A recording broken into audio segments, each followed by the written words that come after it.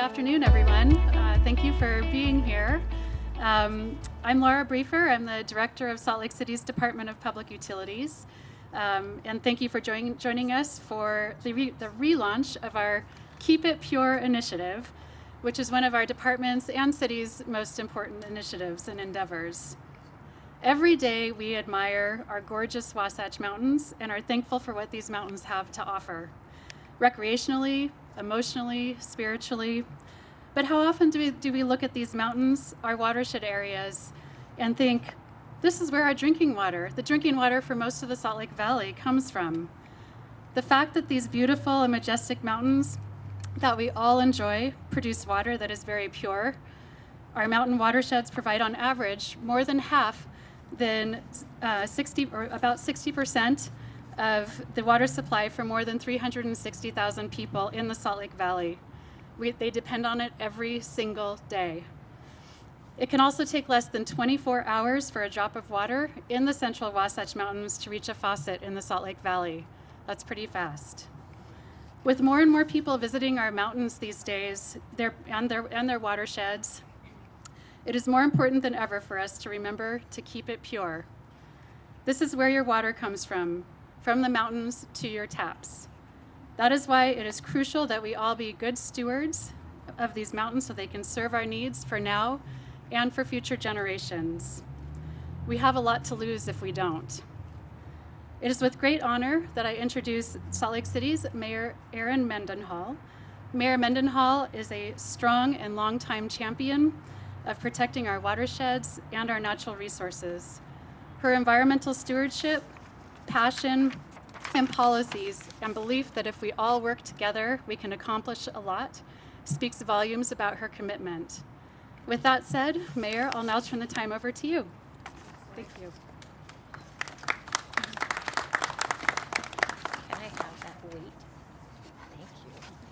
Thank you for those kind words, Laura, and thank you everyone for being with us here today. This is an important endeavor, and I want to recognize that the watershed environments that we're speaking of today were well cared for by over the course of centuries by Ute, Goshute, and Western Shoshone tribes who really worked with active stewardship for natural abundance to take place, and we are still beneficiaries of their active stewardship over those centuries. It's really no easy task, Laura's job, of providing high quality and safe and affordable drinking water to the communities in the Salt Lake Valley when we're the second driest state in the nation. We are tremendously fortunate to have high quality, pure water in our nearby mountain watersheds that we have taken care of for more than a century as Salt Lake City. That said, our watersheds are being severely challenged by the increasing demand being placed on them as more and more people look for places to exercise and recreate outdoors, and by climate change impacts that can reduce snowfall and increase our wildfire risks. We know that without an abundant and reliable source of pure clean water, that Salt Lake City wouldn't be able to attain and maintain the phenomenal growth that we have experienced, and we would not have the high quality of life that we've all come to enjoy here. The stakes are also high because healthy watersheds like ours produce very pure water. That means that it is less expensive ultimately to treat and deliver and transport and store the water that Salt Lake City Public Utilities does. It would be a sobering price tag if we had to build new water infrastructure because our water were no longer as pure as it is now. In addition, these same watersheds also provide countless other cultural and economic and environmental benefits that Laura alluded to. We have a unique situation here along the central Wasatch. In some parts of the country, watershed areas are completely closed for public use.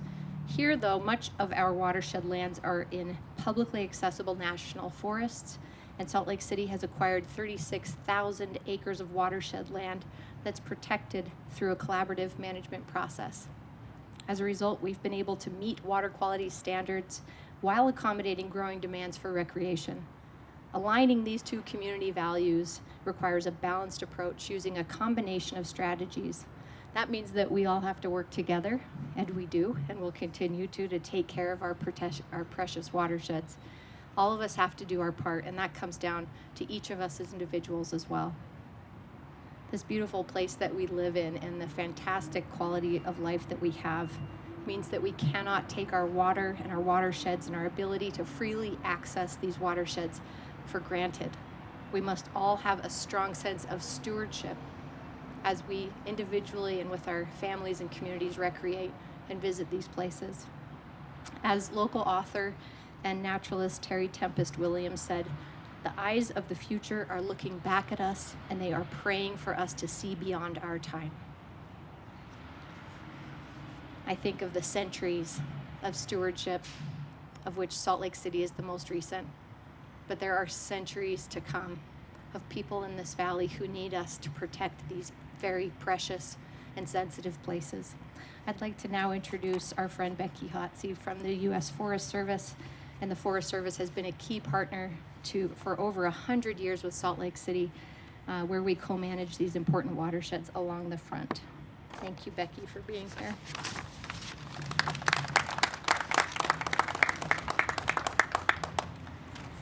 Thank you, Mayor Mendenhall. It's a privilege to be here. The mission of the Forest Service is to sustain the health, diversity, and productivity of the nation's forests and grasslands to meet the needs of present and future generations. The most important products that the Uinta Wasatch Cache has is providing clean water and then also providing outstanding recreation opportunities. This forest manages 42 watersheds that deliver culinary, irrigation, and agricultural water to nearby communities. So just about our watersheds and why are they so important to the health, well-being, and future of our community. A watershed is an area of land where the water that falls in it is captured and delivered to a single exit point, such as a stream, a lake, or a river. As you can imagine, anything that happens on the land can make it into our water. Forests are key to providing clean water. The forested land absorbs rain, refills underground aquifers, cools and cleanses water, slows stormwater runoff, reduces flooding, sustains watershed stability and resilience, and provides critical habitat for fish, plants, and wildlife.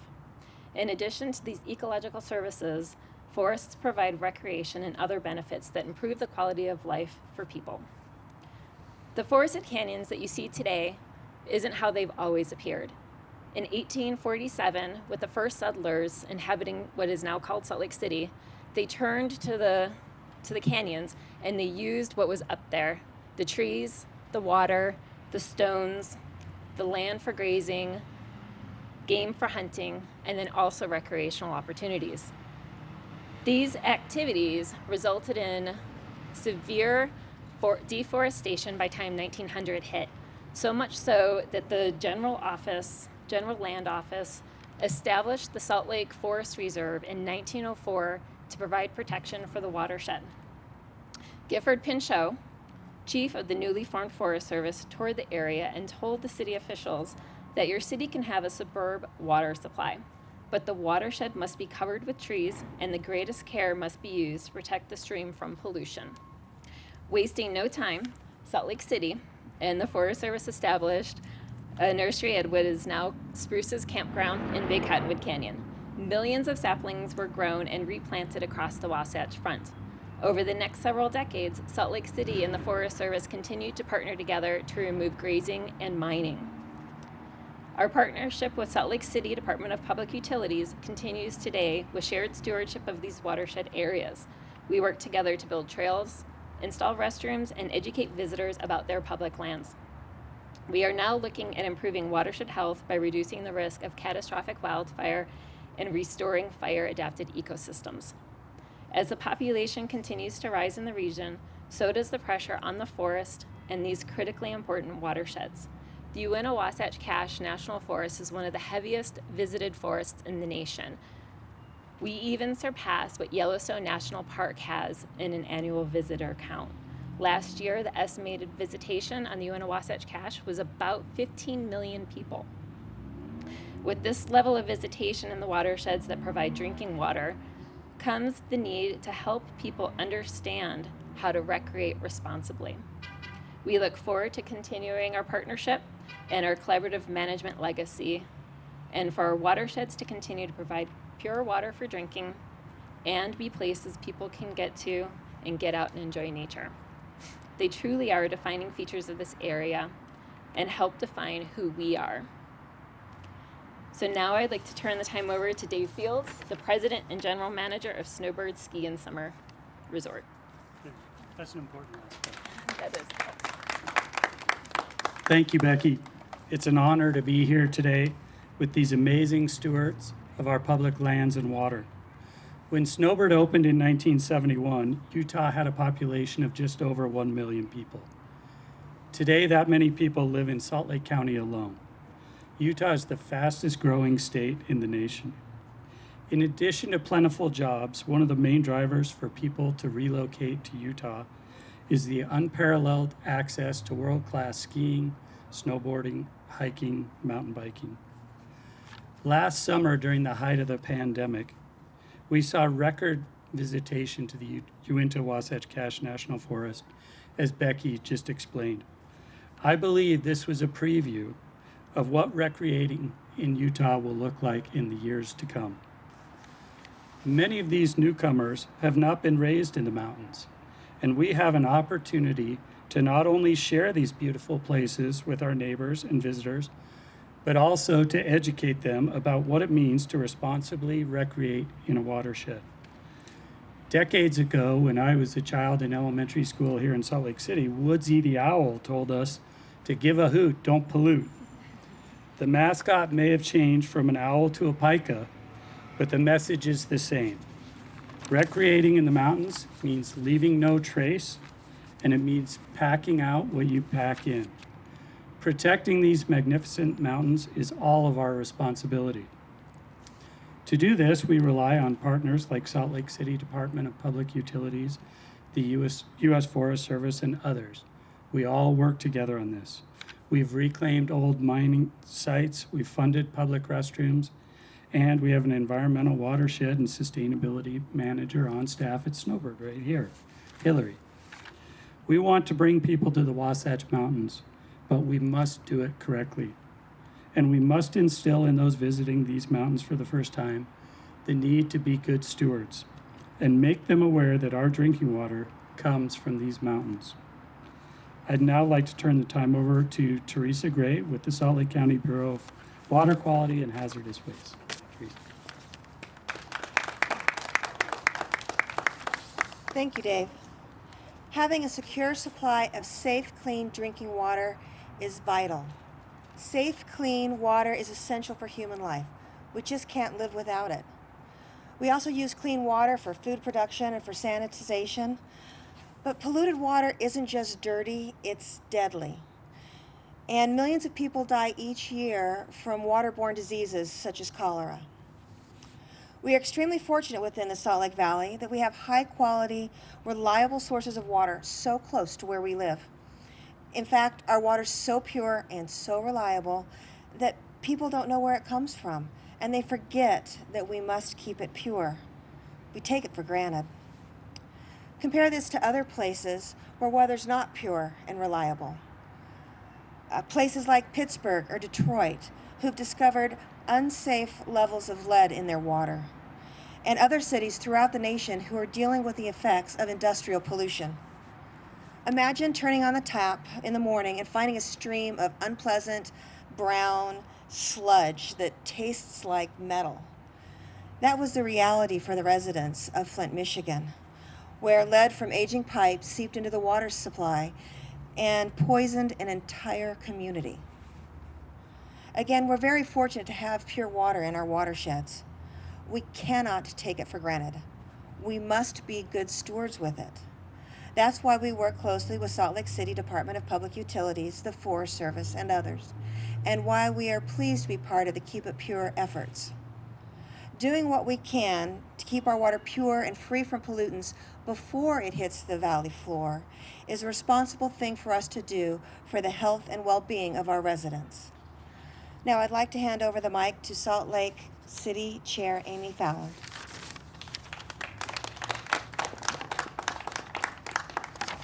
Whoa. Good afternoon.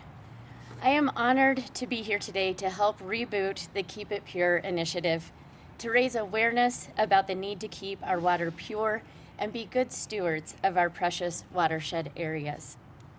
Our valley flourishes economically because of the consistent supply of pure water our mountain watersheds provide to hundreds of thousands of residents and businesses. To ensure that continues, we need to become more aware of our actions when we visit our mountains to ski or snowboard, hike an amazing network of trails, cycle up and down canyon areas, or just sit near a stream and soak in the sunshine and fresh air.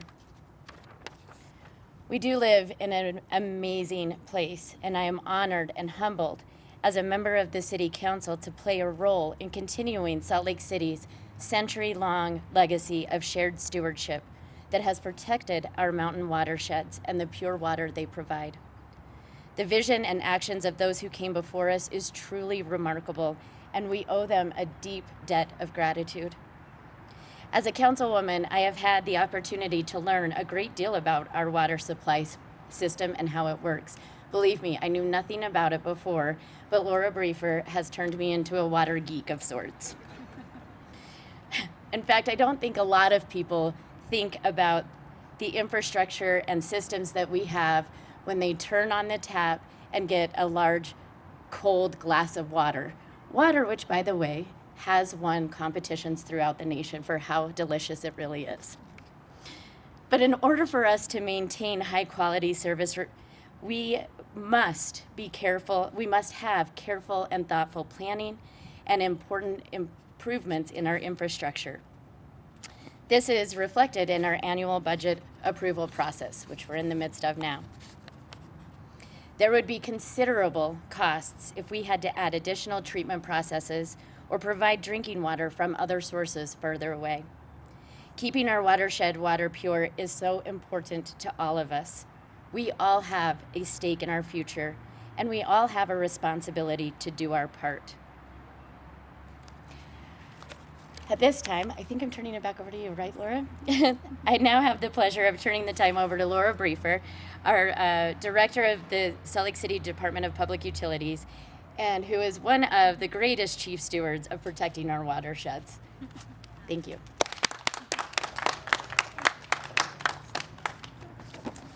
When Councilmember Fowler first was elected to office, she sat down in my office for probably about an hour or so, and she was like truly interested in every single map of our system. It was amazing.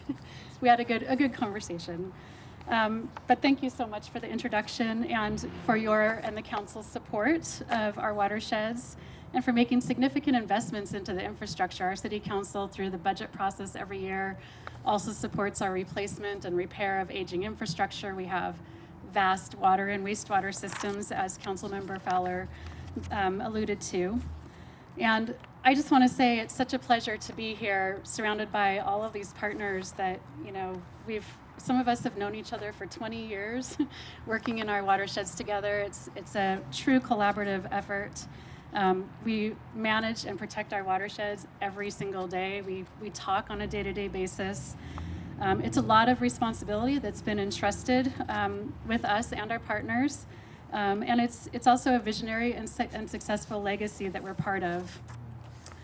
Nearly 150 years ago, those who came before us recognized the value and promise of our mountain watersheds and took actions to protect them, while still allowing a balance of other uses, including recreation among others. We've learned a lot over the years through trial and error, through observation, through new technologies, through evolving management strategies. We've learned how to reclaim deforested areas, how to address the impacts of historic mining activities, how to identify signs that watershed areas are stressed or healthy. Most importantly, we've learned that no one entity can do it alone. Shared stewardship means exactly that. And I'd like to thank our partner organizations for their long and successful commitment to meeting our common goals and needs.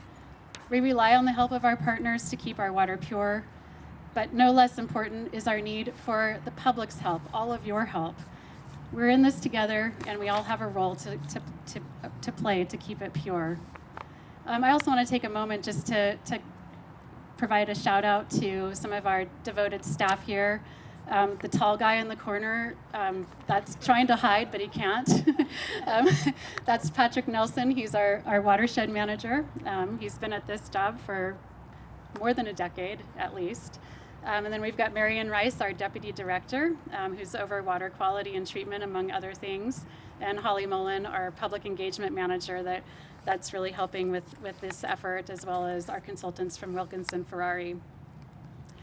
Anyway, when I talk to friends and neighbors about the role our watersheds play and the need to ensure they stay healthy, I often share ways which every individual can play a part. Conserving our watersheds can seem like a huge task, and it is, but everyone can do a few simple things. The first and easiest way people can help is simply to become more aware of where our water comes from, how it gets to your tap, and what a precious natural resource it truly is. Awareness is key to understanding and taking positive actions. With so many new visitors to our foothills and mountains, we encourage everyone to visit our website at keepitpure.com to learn more about our mountain watersheds and the do's and don'ts of spending time in them. Here are simple other recommendations. We call them KIPS tips, and our campaign spokespika, where is he? Right there. We'll be spreading the word this summer through social and traditional media. A pika, by the way, is a small mammal related to rabbits that lives at the top of mountains in our watersheds, right where our watersheds begins. If you're ever on those big rocky talus slopes in our watersheds and you hear someone whistling at you, it's a pika. Very cute. So let's review KIPS tips to keep it pure when you're in the mountain watersheds. And we've got a lot of information here about the do's and don'ts in our watershed, as well as some flyers here. 1, stay out of the water. 2, stay on designated trails. 3, only use bathroom facilities. 4, do not litter. 5, keep dogs and other domesticated animals out of the designated watershed areas. And 6, observe all posted guidelines. We need people visiting our watersheds to follow these simple tips so that everyone can continue to enjoy our watershed areas. It's important for our community's future, and it's simply the right thing to do. We can all work to keep it pure. Again, I want to thank our important partners. We can't do this alone. It takes all of us looking out for how we can do our part. But I want to take a minute to recognize one community partner that came forward to help us with this Keep It Pure endeavor. That is Uinta Brewing.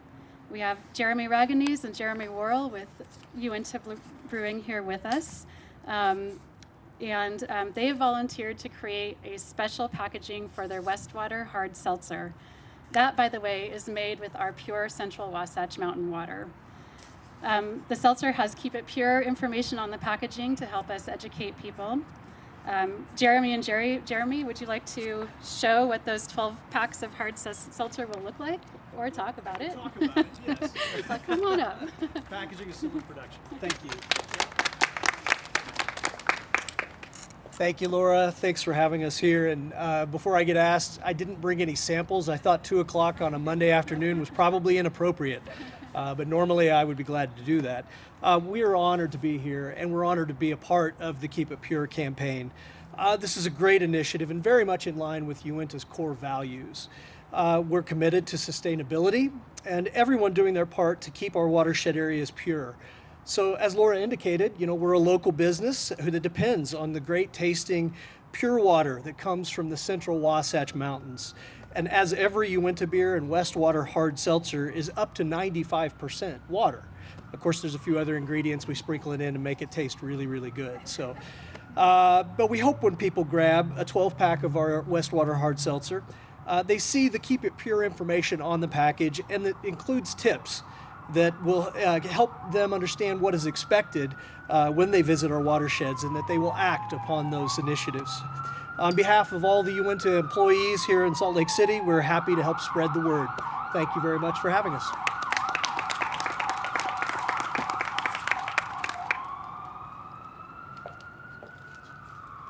Thank you, Jeremy. We really appreciate you and Tip Brewing's partnership on this. So that's the end of our talking. We're happy to take questions. We have some stickers that you're welcome to take. In fact, if any of our partners want to grab one and put one on, that would be great. I would love to see these stickers worn all around, all summer long during the busy summer recreation season, and that folks can show their commitment to keeping it pure. So thank you very much.